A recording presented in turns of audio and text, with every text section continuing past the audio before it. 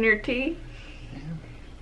Hey guys, what is up? My name is Miranda if you're new here, and if you're back, hey, what's up? Hello. Today I'm with me, her dad, John. And he told some scary stories of our old house, so if you want to watch that, it's linked down below. And he's gonna tell another scary story and another one. Chills. So if you like this video, make sure to give it a big thumbs up, subscribe if you haven't already, follow me on socials so we can become friends, and let's get started. So, oh, by the way, I don't know this story either, so we're gonna be reacting at the same time. Dave. Oh, start now?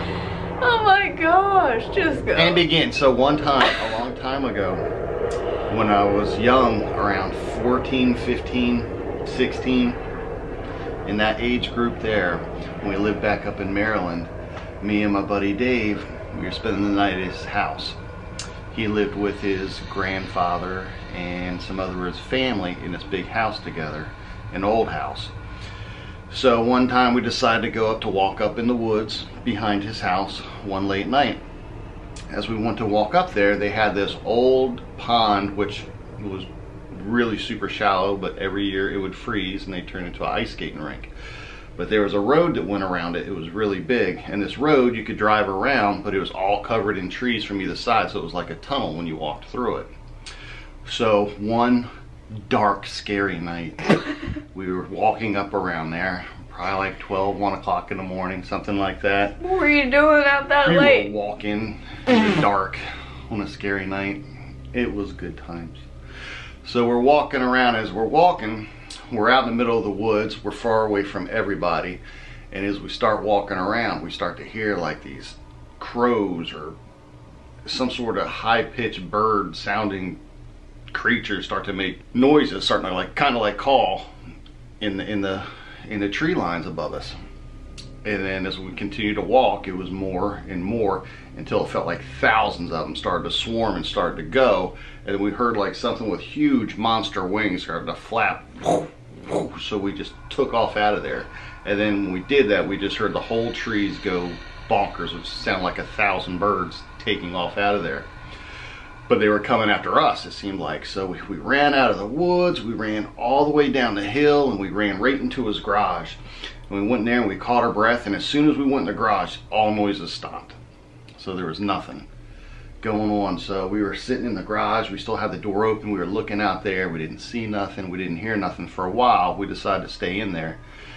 And then we were gonna come out into the driveway there to kind of see what was going on. After we sat in there for like 30 minutes, 45 minutes or so with nothing going on, as soon as we walked outside, right from over top of our head, something huge, it seemed like it was 10 foot with like 10-foot wingspan, just came swooping down right over our heads with one big whoo, whoo, just right down over top of us. And we turned around, ran right back in, and then that was it. We heard no more, we saw no more, but it seemed like whatever it was waiting right outside the door right above us for a long time with no noises or nothing. And then as we came out, it just shot right over top of us. I know what it was. I do too. Aliens. And Bigfoot. They were fighting, but that was it. It was terrifying. It was scary. Okay, bye-bye. It sounds like a UFO had wings. It sounded like the Mothman. Oh, I just saw someone's video they just put up for Halloween that was talking about that. I'm calling it that. My dad saw, what's his name? Mothman? And Bigfoot. They probably think that's made up. Make a thumbnail first. He also talked to Bigfoot. I did. Who says I talked to him? I just saw him. Okay, so tell your story. He met Bigfoot. I didn't meet him. Your friend requested me, but I didn't answer it. A long, long time ago when I was a little itty-bitty lad, we lived up in the middle of the woods in Oregon, way out in the woods. No running water, no electricity. We lived there for like a year. We were 30 minutes from the nearest small little tiny town. And we were way up there. We were watched over a gold mining claim. That's what we did. We stayed in a cabin up there. And then one day, me and our other neighbor kid who lived on the same claim as us were walking through the woods, deep woods, the Great Pacific Northwest. And we were walking around, we were playing hide and go seek. He went off to go hide. Later I started coming out to following him. And at the side of the mountain, I saw some rocks start to tumble down, start to slide down. Some shale was sliding down and everything. So I thought it was him. So as I start to walk up the side of this steep hill to find him, as I started to go up around, I don't know, maybe 75 yards, 50 yards away, I saw Bigfoot walk behind one tree, out, and then behind some other trees, and then he was gone forever. But I did see him. Did he look at you?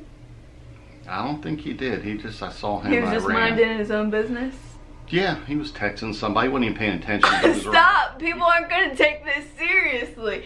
He's serious. This is a real story that he's been telling his whole life. He didn't have service up there with a cell phone. Oh my gosh, stop! They didn't have cell phones back then because you're 102. It had a cord phone. It was really long. He was leaving his cave. Okay, stop. Did he look at you? No, he just walked from behind one area for about 30 feet. You didn't follow him, you just turned and ran? It was a big, scary monster. I did not. Was he up a hill? Was he up the hill? Yeah, that's where all the stuff was coming down from. So you can't tell exactly how much taller than you he was? He was tall, but I was little too, so everything would have seemed really big to me anyway, but... This is all 100% true. The way you tell it, if it wasn't like us, if it was someone else, they'd think it was fake just the way you tell your stories because he's funny. It's real. But he's like serious. This is stuff he's been. This is why no one understands you. They do. They know. Okay, so now that you get a sense of humor, you know it's a true story. It was true, and it was scary. Did you tell Grandma? I think so. She probably smacked me and pushed me down. I was gonna say, did she beat you, put you in timeout? Probably so. She said, quit making up fibs. So those were his. There's a. I'm the crazy one. Yeah. So those are his 2 true stories on, what are they called? Urban legends? John Legends. He's actually seen these, he swears. He's been talking about it his whole life. That'd be a long time to make up a lie and go on with it. I mean, I was like 9 years old or something like that when that happened, 10. So what do you think about that? If you like this video, make sure to give it a big thumbs up. Subscribe if you haven't already. Follow me on social so we can become friends. And I'll see you tomorrow. Thanks so much for watching. Bye. Bye-bye. Oh. Wait, me. Hey. You didn't do it. Oh. You have to touch it. Oh, bye. Good, that worked.